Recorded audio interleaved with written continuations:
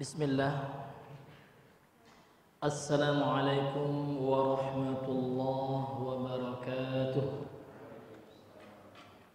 Innal hamdalillah nahmaduhu wa nasta'inuhu wa nastaghfiruh wa na'udzu billahi min shururi anfusina wa sayyiati a'malina. Man yahdihillahu fala mudilla lahu ومن يضلل فلا هادي له أشهد أن لا إله إلا الله وحده لا شريك له وأشهد أن محمدا عبده ورسوله اللهم صل وسلم وبارك على نبينا محمد وعلى آله وأصحابه وسلم تسليما كثيرا.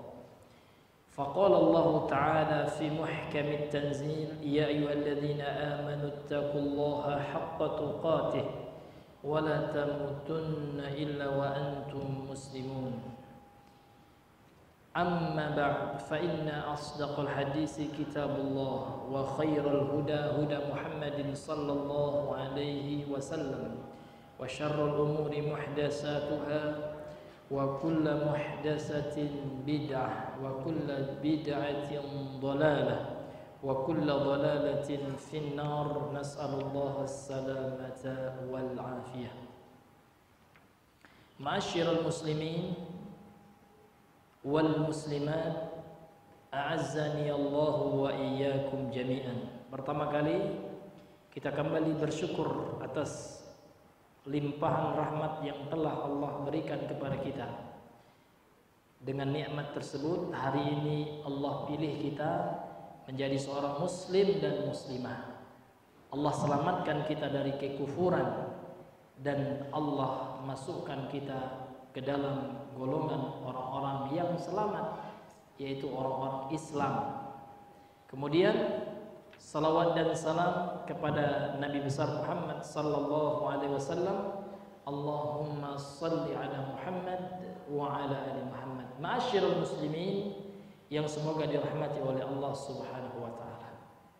Dalam agama Islam itu ada sebuah ketentuan. Apa ketentuan itu Bapak Ibu? Bahwasanya dalam Islam itu yang Allah nilai bukan kuantitas, bukan jumlah, namun yang Allah nilai itu adalah kualitas, quality. Mana dalilnya?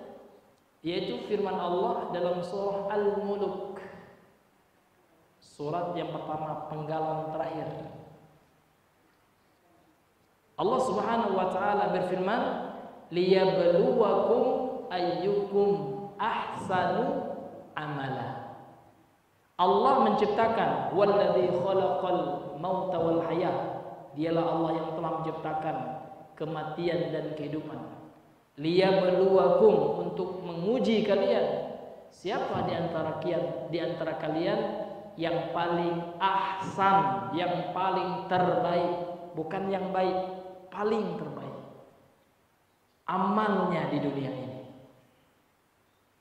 Jadi yang Allah lihat itu Bapak Ibu kualitas. Karena kalau seandainya kita mengikuti kuantitas kebanyakan manusia, maka lihat lagi firman Allah dalam surah Al-An'am ayat 116. Surah Al-An'am ayat 116. Apa kata Allah? Wa in tuti' aktsara man fil ardi yudilluka an sabilillah. Jikalau engkau wahai Muhammad, kata Allah, Nabi Muhammad saja Allah tegur gitu Pak, apalagi kita. Tentu lebih utama kita. Jikalau engkau mengikuti aksara, kebanyakan, man fil ardi, manusia yang di dunia ini, yudilluka an sabilillah, maka mereka akan menyesatkan engkau dari jalan Allah. Al-An'am ayat 116. Jadi ukuran kebenaran itu bukan majority, bukan mayoritas. Ukuran kebenaran itu adalah kesesuaiannya dengan Al-Quran dan Sunnah. Maka seperti itu sikap kita sebagai muslim. Apapun yang terjadi dalam kehidupan kita, berselisih apa Joana, suami istri berselisih dalam grup, maka Allah sudah memberikan solusi. Ya, fa in tanaza'tum fi syai'in farudduhu ila Allahi war Rasul. Kata Allah. Ini bukan katamu, Pak. Kalau perkataan saya silahkan dibuang. Namun ambil apa yang ayat yang saya sampaikan. Jangankan saya, Pak. Sekelas Imam Syafi'i telah mengatakan itu. Apa kata Imam Syafi'i? Iza ra'aitahum qawli yukhaliful kitab wa sunnah farmihi min wara'il haid. Jikalau kalian melihat, mendengar perkataanku ini selepel Imam Syafi'i, enggak ada apa-apanya kita menyelisih Al-Quran dan Sunnah, maka lempar perkataan itu dari di balik dinding ini. Dan beliau juga mengatakan, idza shahhal hadisu fahuwa mazhabi. Kalau ada hadis yang sahih, itulah mazhabku. Jelas. Jadi perkataan siapapun, kata Imam Malik, kullun yu'khadhu wa yuraddu min qawlihi ila sahiba hadzal qabri. Setiap orang itu bisa diambil, bisa dibuang perkataannya, kecuali pemilik kuburan ini. Wa asyara ila qabrin Nabi sallallahu alaihi wasallam, lantas beliau menunjuk ke kuburan Nabi. Kalau orang di kuburan konon mengecek, sami'na wa ta'ana. Tapi kalau masih pendapat manusia, Ahlussunnah wal Jamaah tidak fanatik dengan pendapat manusia. Nah, kalau orang salah, ayo Pak, kecek kiai, nggih. Apa nak kata kiai itu seolah-olah firman Allah. Maka Ahlussunnah hendak, Ahlussunnah batanyonya. Karena Ahlussunnah mengamalkan firman Allah, Qul hatu burhanakum in kuntum shadiqin. Mana dalil engkau? Kalau engkau mengklaim itu kebenaran, jikalau engkau merasa benar, mana dalilnya? Mana Allah firmannya? Firman Allahnya mana? Hadis Rasulnya mana? Ya Pak ya. Ini Allah yang mengajarkan, bukan kita Pak ya. Firman Allah. Orang Nasrani mengklaim wa qalatin nasara, ya. Orang Nasrani mengatakan kamilah yang akan masuk surga. Orang Yahudi mengatakan kamilah yang akan masuk surga. Allah mengatakan, katakan kepada Nasrani dan Yahudi itu, wahai Muhammad, kata Allah, qul hatu burhanakum in kuntum shadiqin. Mana hujah kalian? Mana dalil kalian, wahai Yahudi dan Nasrani? Nah, jadi ayat ini Pak tidak hanya untuk Yahudi dan Nasrani, untuk setiap orang yang mengklaim suatu hal dalam agama, maka harus kita tanya. Maka Bapak Ibu, jangankan masalah urusan agama, maka urusan dunia pun kita harus cross check. Misalkan ya kita ingin berobat, pasti akan kita tanya tempat berobat kita, tempat yang sudah ya resmi atau tidak. Nanti sembarang baru Pak masuk malpraktek gitu ya. Maka masalah dunia saja kita pasti teliti. Ya, kita pasti memilih mana yang terbaik, apalagi masalah agama. Maka Bapak Ibu, kita tidak memihak sana dan sini, namun kita cuma meluruskan, ya, kembalikan kepada Allah dan Rasulnya setiap apa yang kita perselisihkan. Seperti itu ya. Sehingga hati kita tenang ya. Kalau kita kembalikan kepada Allah dan Rasulnya, ya, sehingga kita tidak fanatik guru Pak. Kata Ustaz Ambo tidak mau itu dong, kata Syekh Ambo tidak mau itu dulu gitu ya. Jadilah kita membanggakan manusia, tidak membanggakan Allah dan Rasulnya. Nah, ini Bapak Ibu yang dirahmati oleh Allah Subhanahu wa taala. Baik, sekarang kita kembali melanjutkan pembahasan kita. Pada pembahasan lalu kita telah membahas sebuah permasalahan yang sangat agung ya. Permasalahan yang sangat menyentuh hati-hati kaum muslimin, yaitu tentang kisah wafatnya baginda yang mulia sallallahu alaihi wasallam setelah 10 sini, 10 tahun beliau berdakwah di kota Madinah. Maka datanglah ketentuan Allah, innaka mayyitun wa innahum mayyitun, kata Allah, sesungguhnya engkau Muhammad pasti mati dan mereka juga akan mati. Ini yang pasti Pak. Jadi Ahlussunnah itu tidak anti pemerintah, tidak salah. Ahlussunnah itu mendoakan pemerintah. Siapapun pemerintahnya selama muslim mereka kita doakan, Pak. Walaupun dia seorang yang lah gitu ya, tetap kita doakan. Kalau dia pemerintah, tetap kita doakan mereka. Ya, karena mereka Allah telah pilih untuk kita. Gitu. Karena memang Pak, pemerintah itu cerminan dari rakyat. Tidak akan memimpin gerombolan tikus kecuali tikus juga. Iya Pak. Iya, tidak mungkin tikus pemimpinnya singa gitu. Artinya pemerintah itu cermin dari awak. Kalau buruk pemerintah awak, introspeksi diri kita, ya kan? Ya kan? Boleh jadi kita yang juga salah, maka Allah berikan pemerintah yang seperti itu. Maka kita berdoa kepada Allah, mudah-mudahan ya Allah berikan pemerintah yang adil, yang bisa membela agama Allah. Yang paling penting tidak menghambat kajian sunnah, itu yang penting Pak ya. Itu doa kita. Amin amin ya rabbal alamin. Maka jangan kita tersibukkan Pak, jangan sampai baca loh Pak, gara-gara itu. Pak ya. Itu yang terpenting seperti itu Pak ya. Ini Bapak Ibu yang dirahmati oleh Allah Subhanahu wa taala. Baik. Kembali kita melanjutkan ya pada pembahasan yang lalu ya. Kita telah sampai kisah tentang Rasul sallallahu alaihi wasallam. Sekarang kita masuk pembahasan yang selanjutnya. Berkata qala al-muallif rahimahullahu taala, berkata penulis yang semoga dirahmati oleh Allah Subhanahu wa taala. Ya, siapa yang mau baca? Akhi mau baca? Iya. Qala, beliau berkata, jadi Rasulullah sallallahu alaihi wasallam itu ya tidaklah Allah utus kecuali beliau telah menjelaskan kebaikan dan keburukan. La khairu illa dallal ummata alaih. Tidak ada kebaikan apapun kecuali Nabi telah menunjukkan umat kepada kebenaran tersebut.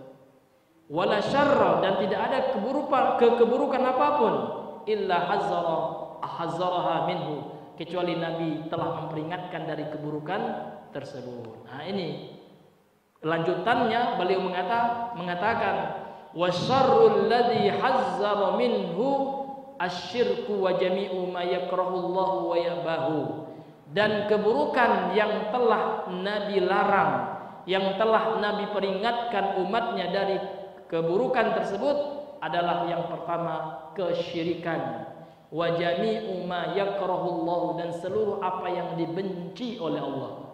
Jadi itu yang Nabi larang Pak, keburukan itu. Jadi keburukan itu adalah segala sesuatu yang dibenci oleh Allah. Apa yang paling Allah benci Bang? Syirik, itu nomor satu Pak. Sebagaimana yang paling Allah cintai adalah mengesahkan Allah. Itulah tauhid, mengesahkan Allah. Ba'atsahullahu lin-nasi, Allah telah mengutusnya. Ini siapa Pak? Nabi Muhammad. Lin-nasi, kepada seluruh manusia, kafatan, semuanya. Jadi Nabi Muhammad itu Rasul untuk seluruh manusia, baik yang muslim maupun yang kafir. Sehingga umat Nabi Muhammad ini Pak dibagi dua. Ada namanya ummatun ya dakwatun, ada namanya ummatun mustajabatun. Ada umat Nabi yang mustajabah, itu awak insyaallah kita. Umat yang mengikuti, menerima ajaran Nabi, itu namanya apa Pak? Ummatun mustajabatun. Ada namanya ummatun dakwatun, umat yang belum menerima ajaran Nabi, yang Rasul dan para sahabatnya termasuk kita, umatnya Rasul, mendakwahkan Islam kepada mereka. Itulah orang kafir. Jadi orang kafir itu umat Nabi, tapi umat yang durhaka. Ya, umat yang durhaka. Tapi tetap kita wajib mengajak mereka, walau dengan akhlak kita. Maka kita berakhlak yang mulia. Saking mulianya akhlak Nabi, diundang orang kafir, Nabi datang. Itu jelas Pak. Nabi bermuamalah, berinteraksi sosial dengan orang kafir. Namun itu ada batasannya, batasan dunia, hubungan dunia. Nabi baik. Namun kalau masalah agama, lakum dinukum waliyadin. Nah sekarang kan tidak, kebablasan ya. Sampai masalah agama pun ikut-ikut dengan orang kafir ya. Natal orang kafir naik kilo Natal. Bagaimana? Ini tentu sudah melampaui batas itu. Batasannya dalam agama jangan gitu ya. Jangan kalau masalah agama. Nah, itu nak dilewati batasan itu. Hanya lompean batasan itu. Sehingga itulah dikatakan melampaui batas. Bapak Ibu yang dirahmati oleh Allah. Jadi seluruh manusia itu umat Nabi. Bahkan tidak hanya manusia, termasuk juga jin gitu. Jangan salah baca Pak, jangan dibaca jannah. Jimnya itu harus kita kasrohkan. Karena beda harokat, beda makna Pak. Saya ambil contoh, kalau kita fathahkan jin menjadi jannah. Jannah itu artinya apa? Darun na'im, surga.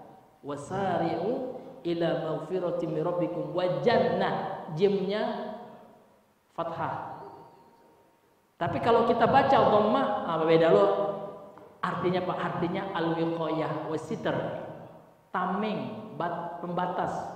Sebagaimana firman Allah dalam surah Al-Munafiqun, ittakhadhu aymanahum junnatan fasaddu an sabilillah. Mereka orang-orang munafik itu menjadikan ya kan perjanjian-perjanjian mereka itu dengan orang Islam itu sebagai tameng saja, sebagai junnah. Beda arti Pak. Jannah dengan junnah jauh perbedaan. Itu beda harokat saja Pak ya. Kalau jannah sarugo, kalau junnah tameng. Kalau kau pakai kasroh, jinnah, minal jinnati wan nas. Jin itu Pak. Di kasroh artinya adalah makhluk Allah yang Allah ciptakan dari api, ya, yang tidak bisa kita lihat, namun mereka bisa melihat kita. Jin bisa melihat kita, namun kita tidak bisa melihat mereka. Dalilnya dari Al-Quran Pak ya. Innahu yarakum huwa wa qabiluhu min haitsu la tarawnahum. Ini penggalan ayat dalam pertengahan surat Al-A'raf ayat 27. Ya, Allah mengatakan innahu, sesungguhnya dia, ini jin maksudnya. Jin termasuk juga iblis. Karena iblis itu berasal dari jin. Ya. Sesungguhnya dia, jin itu yarakum, dia bisa melihat kalian kata Allah. Huwa wa qabiluhu, dia dan qabilah-qabilahnya, dia dan kelompok-kelompoknya. Jin bisa nengok awak. Min haitsu, sementara la tarawnahum, kalian tidak bisa melihat mereka. Itu kehebatan jin. Jadi bagaimana itu Pak Ustaz? Kalau seperti itu awak, mohon maaf Bapak Ibu, lagi tidak mengenakan pakaian penutup aurat, abeko dicari bisa jin melihat kita. Maka hati-hati Pak, maka ada solusinya. Dalam hadis yang disahihkan oleh Syekh Al-Albani dan lain-lain, bahwasanya batasan antara penglihatan jin dengan aurat anak Adam itu adalah bismillah.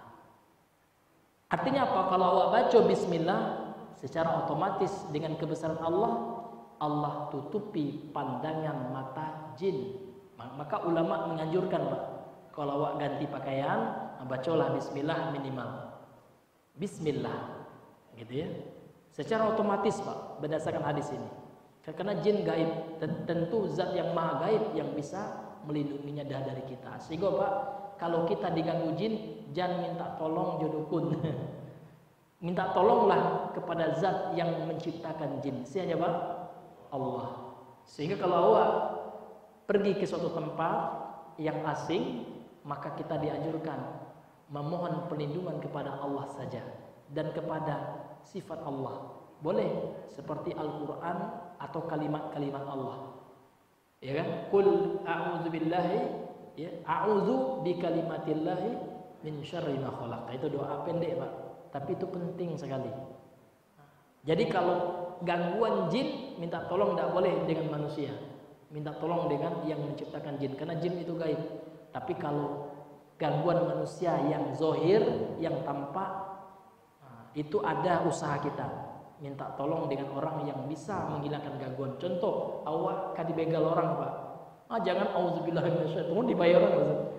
Itu memang betul kita minta sama Allah, tapi minta tolong dengan orang yang memiliki memiliki kekuasaan. Minta tolong sama bapak polisi, Pak, saya mau dibegal orang, Pak, itu di belakang saya, ya kan, malam-malam misalnya, Pak, yuk ke kantor polisi. Itu kepada makhluk yang zahir. Tapi sama jin jangan, Pak, kok takut, Pak, ada hantu Pak polisinya, jangan minta tolong polisi, Pak, dengan perkara gaib, hanya minta tolong siapa? Dengan Allah. Dengan perkara gaib, dalam perkara gaib hanya boleh minta tolong dengan Allah. Kalau minta tolong kepada selain Allah, jatuhlah dalam perbuatan apa? Syirik. Itu yang syirik. Ini Bapak Ibu yang dirahmati oleh Allah Subhanahu wa taala. Waftaradallahu ta'atahu ala jami'is tsaqalaini, dan Allah telah mewajibkan taat kepadanya. Jadi Allah mewajibkan taat kepada Rasul itu. Allah telah mewajibkan, memerintahkan kita, mewajibkan kepada kita untuk taat kepada Rasul. Ala jami'is tsaqalaini, atas seluruh jin dan manusia. Karena tsaqalain itu berat, maksudnya tsaqal, ya, tsiqalun itu berat membawa beban syariat Al-Quran ini, Pak. Jadi Al-Quran ini, Pak, kalau diberikan kepada gunung bisa meletus gunung itu, kata Allah, ya. Namun Al-Quran yang berat itu Allah berikan kepada kita, Pak. Maka khudhu, ya, maka ambillah Al-Quran itu biquwah, ya, dengan cara yang kekuatan kita dengan maksimal gitu. Itulah jin dan manusia yang Allah bebankan atas mereka syariat Islam ini. Wa dalilu qauluhu ta'ala, dalilnya adalah firman Allah dalam surah Al-A'raf ayat 158. Qul ayyuhan nasu inni rasulullahi ilaikum jami'an. Katakan Muhammad kepada manusia, wahai sekalian manusia, sesungguhnya aku adalah utusan Allah kepada kalian seluruhnya. Jadi Rasul itu utusan, ya, kepada seluruh manusia. Ini Bapak Ibu yang dirahmati oleh Allah Subhanahu wa ta'ala. Baik, biasa. Kita kembali melanjutkan syarah penjelasan daripada Syekh Ibnu Utsaimin. Berkata pensyarah kitab, semoga dirahmati oleh Allah, qala syarihu rahimahullah, ba'athahu Allah ay arsalahu ilan nasi kafatan ay jami'an.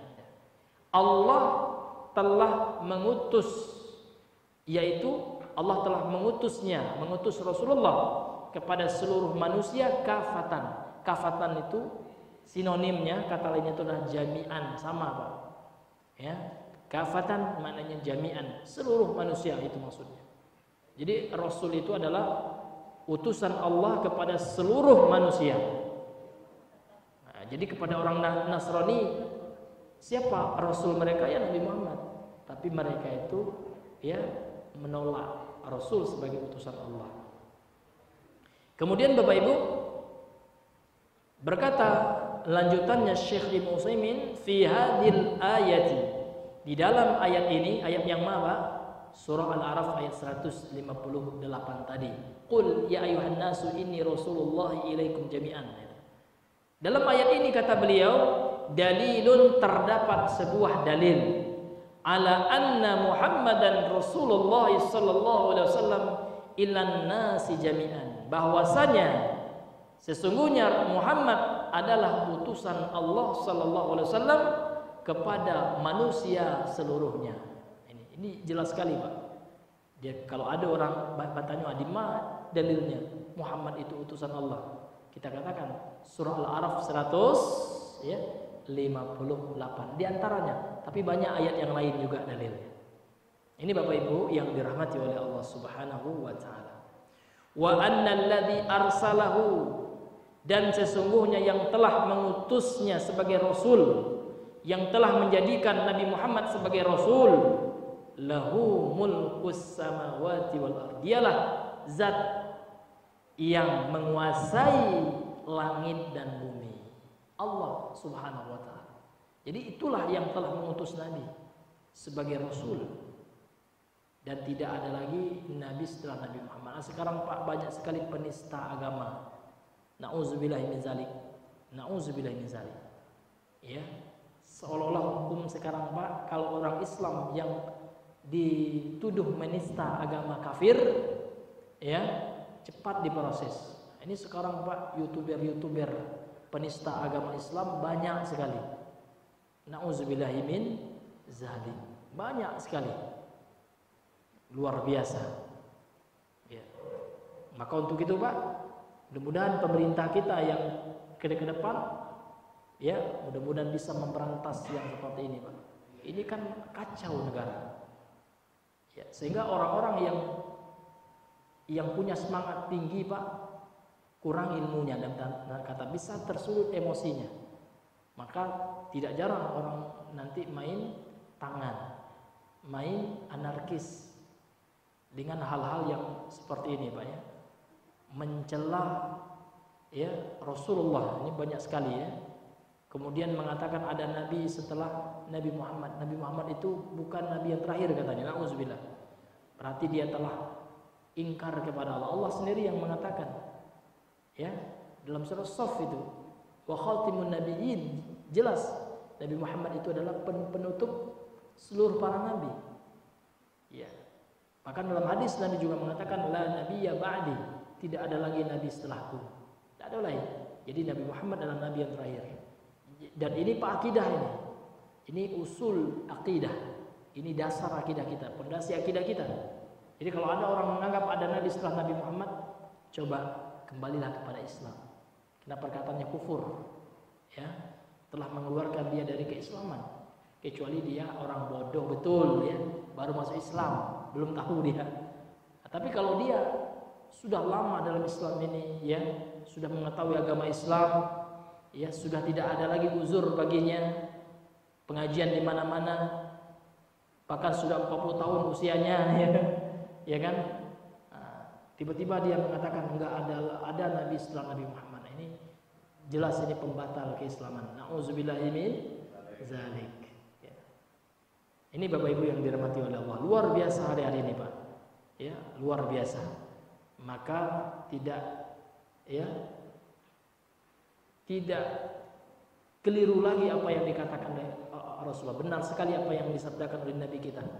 Orang yang memegang agama di akhir zaman ini kalqabidi 'alal jamri, seperti orang yang memegang bara api. Jamr itu bara api. Artinya apa? Banyak lagi penyimpangan itu luar biasa, Pak. Itu perkara-perkara besar itu, perkara akidah. Ya, belum lagi perkara-perkara bid'ah. Namun terkadang Pak kami juga mengingatkan kepada saudara kita, bid'ah itu memang ancamannya neraka. Namun ada yang sudah pasti masuk neraka, ada yang masih diancam. Nggak boleh kita pastikan. Ada juga di antara teman-teman kita mungkin salah paham. Ulama membagi bid'ah itu dari sisi besar kecilnya dampaknya. Ada bid'ah itu namanya bid'ah mukaffirah. Bid'atun mukaffiratun. Itu adalah bid'ah yang bisa membuat pelakunya keluar dari daerah keislaman, yang mengkafirkan pelaku. Contoh, bid'ah ada orang yang mengatakan ya ada nabi setelah Nabi Muhammad. Ini contoh. Ini bid'ah dalam akidah. Ada juga misalkan orang yang meyakini boleh berdoa kepada selain Allah. Nah, ini termasuk bid'ah mukaffirah ini. Ada pula bid'ah mufassiqah. Bid'ah yang tidak membuat pelakunya itu kafir, enggak. Namun pelakunya jatuh dalam dosa besar. Enggak boleh kita katakan ini pasti masuk neraka, enggak boleh. Itu khawarij memang seperti itu. Kalau sunnah mengatakan enggak, orang pelaku dosa besar itu di bawah kehendak Allah kelak di akhirat. Kalau Allah menghendaki, Allah mengazabnya, enggak boleh memastikan. Nah, contoh bid'ah amaliyah. Ada orang tahlilan bid'ah ya, tapi enggak boleh kita pastikan. Pasti masuk neraka orang tahlilan juga enggak boleh. Bapak Yasinan pasti neraka, nggak boleh Pak, itu khawarij seperti itu. Karena tahlilan itu adalah bukan syirik, itu bid'ah, dosa besar, iya. Namun nggak boleh kita pastikan pelakunya masuk neraka. Ada juga sebagian ikhwan kan, ini finnar pasti Bapak, ini nggak boleh Pak. Yang finnar itu kalau dia meninggal dalam kekufuran, iya. Namun memang kita harus ya mengatakan ini bid'ah, nggak boleh, tanpa harus memvonis orang itu. Dan orang-orang yang salah paham harus paham juga, ketika kita mengatakan setiap bid'ah itu masuk neraka, itu bukan memastikan, itu ancaman. Seperti kita mengatakan pezina itu masuk neraka, itu ada hadisnya kan gitu. Tapi nggak boleh kita pastikan setiap pezina pasti masuk neraka. Enggak, dia dosa besar. Dosa besar dalam akidah Ahlussunnah wal Jamaah tahta masyiatillah. Kecuali dia bawa dosa syirik. Kalau dosa syirik ya tidak lagi diampuni oleh Allah. Nah itu Pak ya, ini hal-hal yang mesti kita pahami.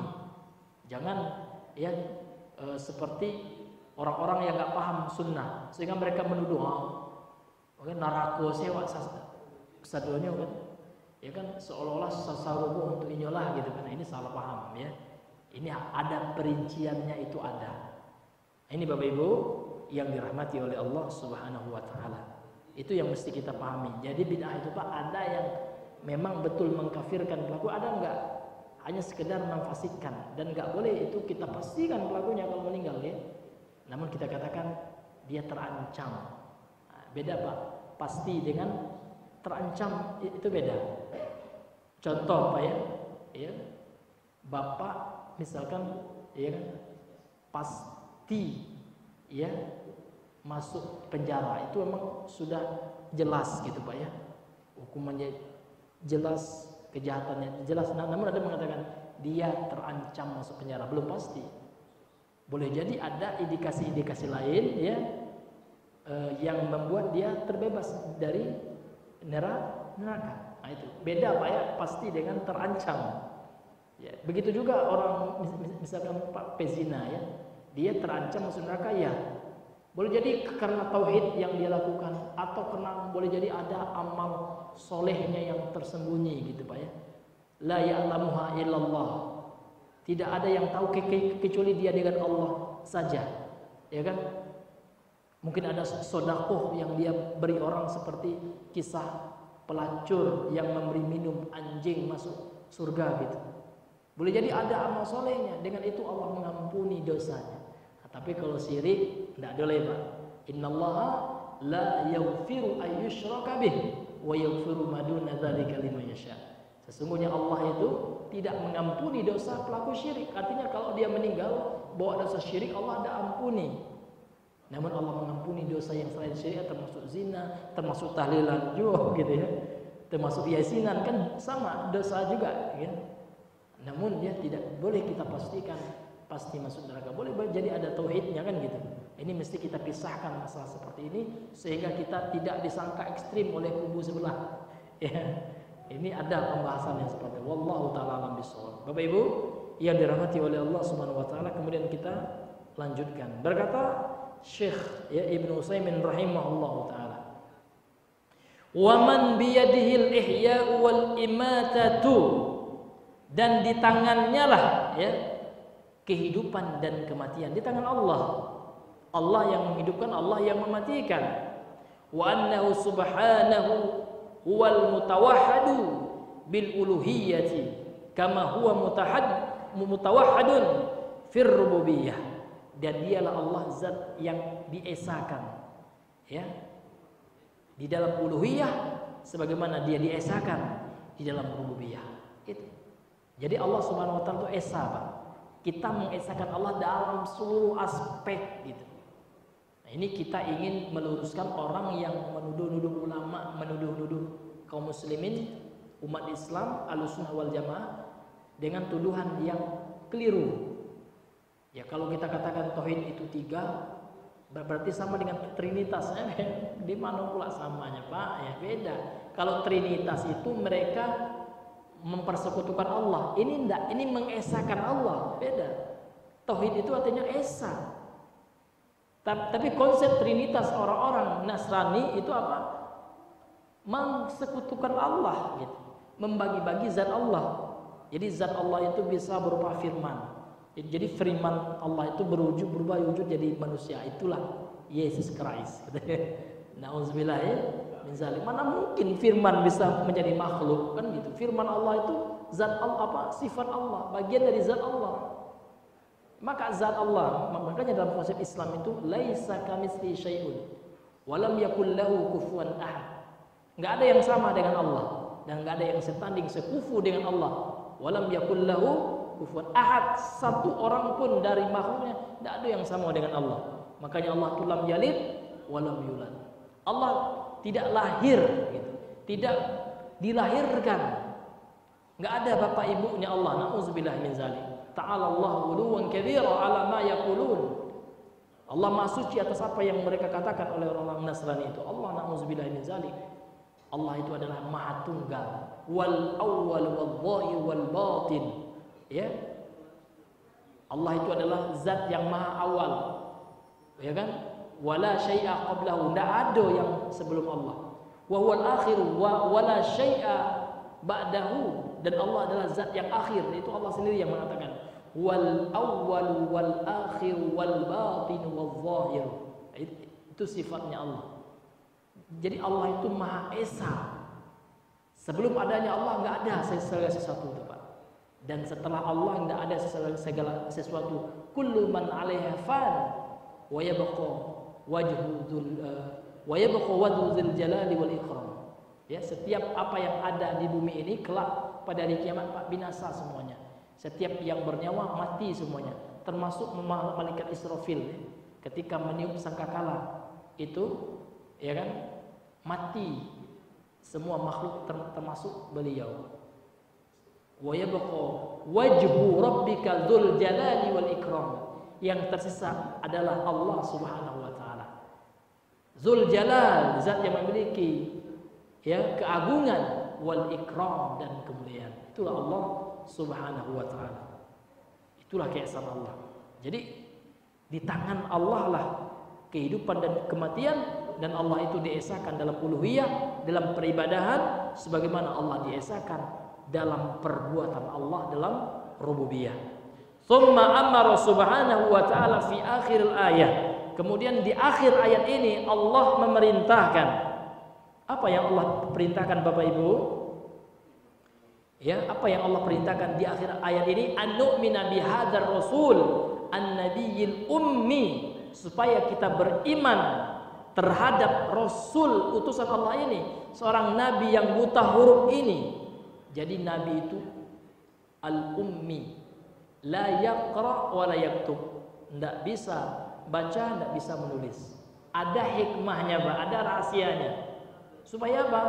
Supaya jelas apa yang beliau sampaikan itu bukan hasil olah pikir Rasul. Tidak. Apa yang beliau sampaikan murni wahyu yang Allah turunkan kepada beliau. Itulah kenapa Nabi itu Allah buat skenario, Allah tetapkan bahwasanya Nabi itu tidak bisa baca tulis. Ya. Namun Rasul menyampaikan sebuah perkataan yang mengalahkan seluruh sastra Arab waktu itu. Maka mukjizat yang terbesar dari Nabi itu Al-Quran. Dan ketika itu, Pak, orang-orang itu berbangga-bangga dengan syair-syairnya, dengan puisi-puisi mereka. Makanya ada istilahnya syair jahiliyah. Ya, itu mereka bangga-bangga, Pak. Pujangga-pujangga Arab banyak waktu itu. Tiba-tiba ada orang yang nggak bisa baca tulis, ya, membawa sebuah perkataan yang mengalahkan semua sastra Arab itu, menunjukkan Al-Quran itu bukanlah buatan manusia, ini murni dari pencipta manusia. Dari siapa? Dari Allah Subhanahu wa ta'ala.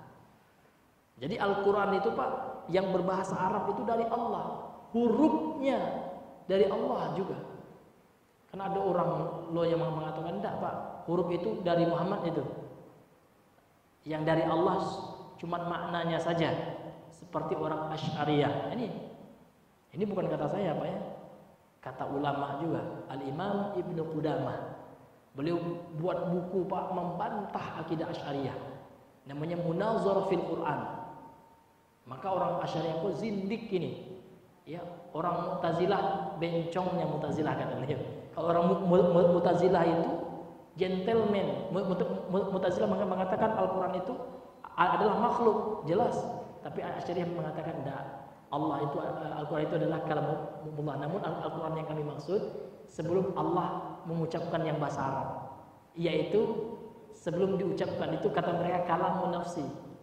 Sebelum Allah menciptakan segala makhluk ini, di zaman azali. Zaman azali itu artinya apa? Qadim, zaman qadim, zaman sebelum Allah menciptakan makhluk. Jadi sebelum Allah mengucapkan itu, itulah yang kalamullah. Adapun yang Quran yang ada pada kita sekarang, ini adalah ungkapan dari Muhammad katanya. Nauzubillah min zalik ya. Kalau akidah sunnah, ya, satu huruf dari Al-Quran ini dari Allah ini. Makanya kalau ada orang yang ragu satu huruf pun itu adalah dari Allah dalam akidah Ahlussunnah wal Jamaah, Pak, nauzubillah, bisa keluar dari Islam. Jadi nggak boleh kita ragu walaupun satu huruf Al-Quran ini adalah perkataan Allah, kalamullah, bukan perkataan Nabi Muhammad ataupun bukan perkataan Jibril. Sebagaimana orang-orang kafir Quraisy, mereka menuduh Nabi telah mengarang-arang Al-Quran. Ya, mereka mengatakan Al-Quran itu hanyalah dongeng-dongeng, asatirul awalin katanya. Dongeng-dongeng orang-orang terdahulu saja itu Al-Quran. Nauzubillah. Ya, nauzubillah min zalik. Kalau kita ya meyakini Al-Quran itu adalah kalamullah, petunjuk bagi manusia yang tidak ada keraguan, Pak. Tidak ragu lagi Al-Quran itu adalah firman Allah. Alif lam mim dzalikal kitabu la raiba fihi hudan lil muttaqin. Jelas sekali Bapak Ibu yang dirahmati oleh Allah Subhanahu wa taala. Kemudian Bapak Ibu yang dirahmati oleh Allah, jadi berdasarkan ayat tadi surah Al-A'raf 158 tadi, maka Allah Subhanahu wa taala mewajibkan kita untuk beriman kepada Rasul yang ummi wa an nattabi'ahu, dan Allah mewajibkan kita untuk mengikutinya, ittiba'ur rasul, mengikuti Rasul. Jadi tidak hanya sekedar beriman percaya, kita mengatakan saya percaya Nabi Muhammad itu Rasulullah. Tidak cukup itu, Pak. Maka kewajiban kita kalau kita percaya, ya kita ikuti perintahnya dan kita jauhi larangannya. Ada 4 hal minimal. Kalau kita beriman kepada Nabi Muhammad sebagai utusan Allah, ada 4 hal minimal harus kita lakukan. Jadi kalau awak, Pak, percaya Nabi Muhammad itu utusan Allah, sehingga kita bersaksi wa asyhadu anna Muhammadan Rasulullah, ada 4 hal minimal. Yang pertama, at-tasdiqu fima akhbar. Yang pertama, membenarkan di dalam seluruh apa yang dikabarkan, diinformasikan oleh Rasul, baik itu Al-Quran yang beliau sampaikan maupun hadis-hadis sahih yang beliau sampaikan kepada para sahabat. Jadi setiap informasi dari Al-Quran dan Sunnah, kalau kita mengatakan beriman, percaya Muhammad sebagai utusan Allah SAW, maka mesti kita percaya itu, ya. Dan nggak boleh kita tolak, baik itu karena tidak sesuai dengan adat kita atau bertentangan dengan logika kita. Ini tidak boleh kita tolak.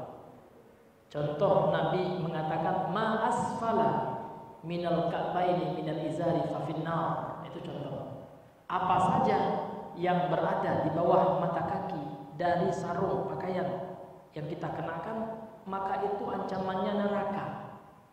Maka kita harus percaya siapa yang bilang Nabi. Hadis sahih riwayat Imam Al-Bukhari.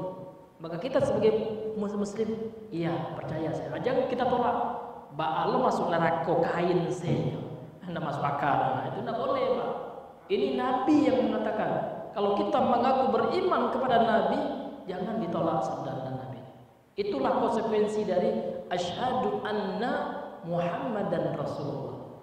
Tapi menurut ormas saya tidak apa-apa, Pak. Ya Allah. Tidak boleh, Pak. Nah itu ormas, yayasan, apapun kiai kita, kecil kiai mu dapat ada, Pak. Asal tidak sombong, gitu kan? Tidak boleh, Pak. Ya. Karena Nabi tidak mengkaitkan dengan sombong secara mutlak. Kalau sombong 2 kenanya, Pak. Kalau sombong 2 kenanya. Yang pertama, di hari kiamat la yukallimuhumullah wa la yuzakkihim. Ma'atigo kakane walau adzabun alim.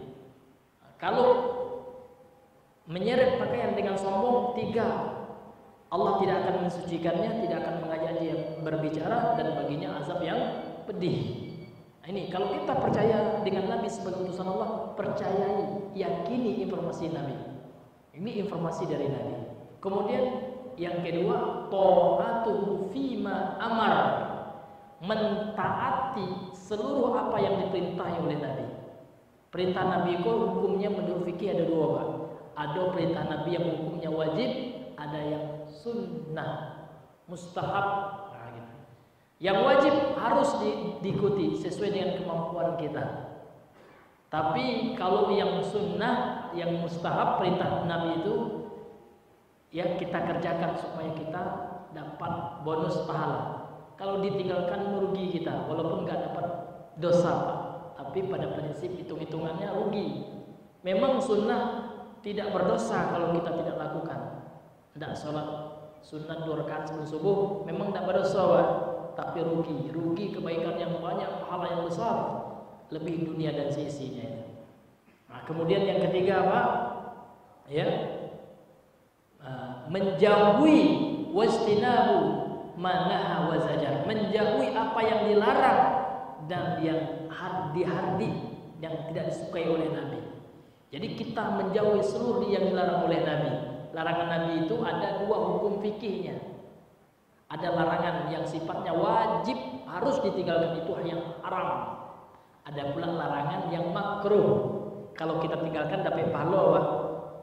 Nah, tapi kalau kita kerjakan tidak berdosa kita. Nah, namun kan rugi kalau tidak tinggal yang makruh itu.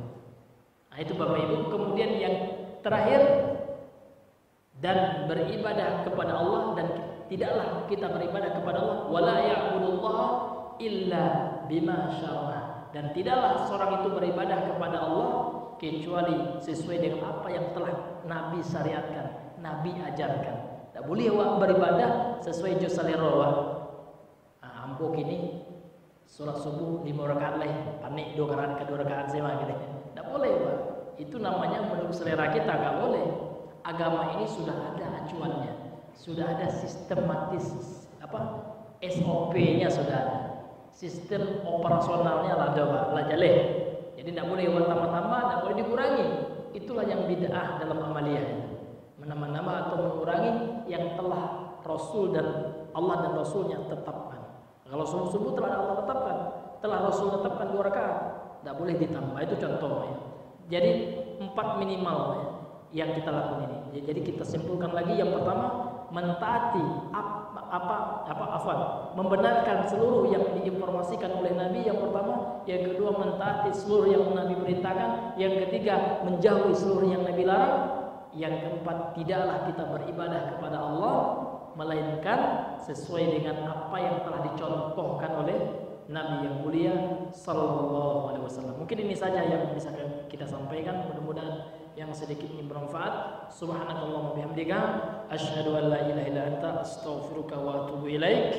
Assalamualaikum warahmatullahi wabarakatuh.